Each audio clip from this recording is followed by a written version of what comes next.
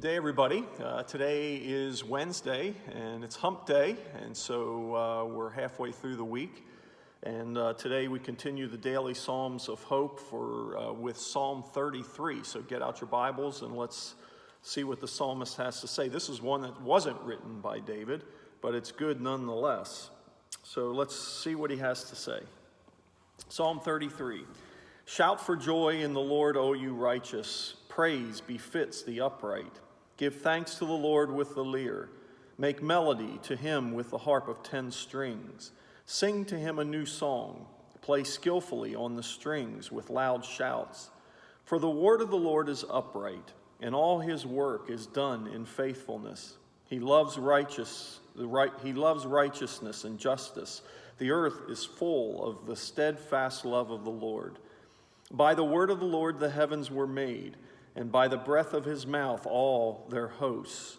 He gathers the waters of the sea as a heap. He puts the deeps in storehouses. Let all the earth fear the Lord. Let all the inhabitants of the world stand in awe of him. For he spoke, and it came to be. He commanded, and it stood firm.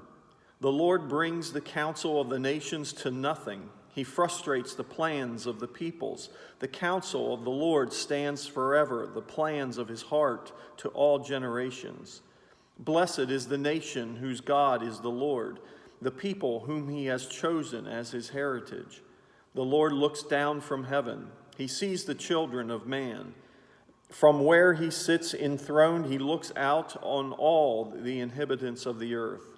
He who fashions the hearts of them all and observes all their deeds.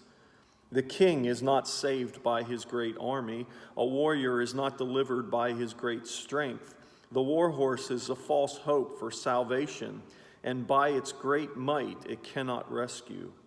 Behold, the eye of the Lord is on those who fear him, on those who hope in his steadfast love, that he may deliver their soul from death and keep them alive in famine. Our soul waits for the Lord. He is our help and our shield. For our heart is glad in him because we trust in his holy name. Let your steadfast love, O Lord, be upon us, even as we hope in you. I don't know if you've ever heard the saying, but I recently just heard it, that an individual had a Copernican moment, a Copernican moment. And what that means is that the person realized that I'm not at the center of the universe. You remember Copernicus was the one who found that the earth rotated around the sun, that the planets rotated around the sun instead of everything around the earth. And it was quite a moment for science. And this person that I read was saying that, I had a Copernican moment when I realized that I'm not at the center of the universe. You remember Copernicus was the one who found that the earth rotated around the sun, that the planets rotated around the sun instead of everything around the earth. And it was quite a moment for science. And this person that I read was saying that, I had a Copernican moment when I realized that I'm not at the center of the universe, that the world doesn't revolve around me. It doesn't move at my pace, in my terms, nor in accord with my preferences. And I like that because that's kind of what the psalmist here is saying, that the Lord is in control, and he's in control of everything that is going on. He who fashions the hearts of them all and observes all their deeds. Behold, the eye of the Lord is on those who fear him, on those who hope in his steadfast love. I like what it says in verse 20, our soul waits for the Lord. He is our help and our shield.